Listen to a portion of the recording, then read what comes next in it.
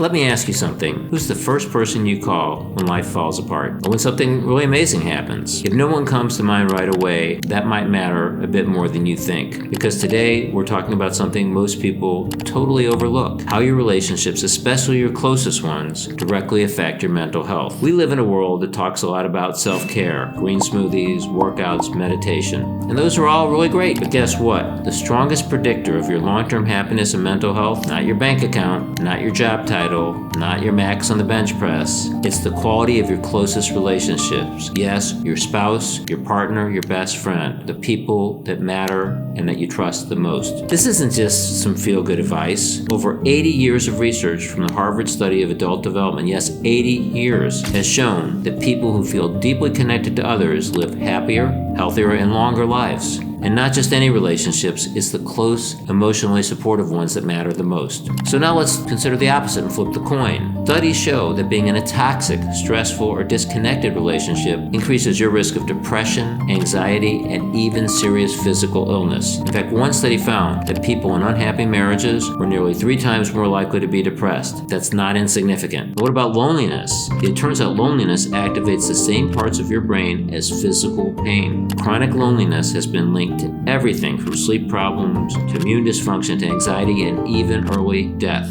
It's like your brain is saying, hey, we need people. This is not optional. So here's what's really happening under the hood. When we feel connected and safe with someone, our brain releases a neurohormone called oxytocin, which is commonly referred to as the bonding hormone. And at the same time, it dials down a series of stress hormones, the largest and most commonly known, cortisol. And that's why just a touch, a hug, a deep conversation can calm us down and make us feel better very quickly. Close, healthy relationships really work like emotional armor. They help us regulate emotions, cope with tough times, and bounce back more quickly from the challenges of life. People with the strongest support systems are less likely to develop PTSD, burnout, and even panic disorders. It's not about having dozens of friends or popularity. It's really about quality, not quantity. But here's the twist. The relationship between mental health and connection goes both ways. If you're struggling with anxiety or depression, it might even be harder to show up in your relationships. So the key is awareness of this and effort to combat it. Taking care of your mental health helps your relationships, and nurturing your relationships helps your mental health. It's a two-way street. So what can you really do today? Here are 3 quick practical ideas. Number 1, check in on someone and really listen. No phones, no multitasking, no TV, just human-to-human conversation. 2, tell someone how much they mean to you. Sounds like it might be a bit awkward and probably will be, but give it a try, see where it leads. And 3, be vulnerable. Real connection starts with real honesty. Little acts like this build emotional safety, and over time, guess what happens to those tiny moments? They build up to something really big and become your safety net. So here's the big takeaway. Mental health isn't just about what's going on inside your head. It's about who you're doing life with. If you want a better mind, build better relationships. Because your partner, your people, your tribe, they're not just part of your life. They shape how you think, feel, and grow.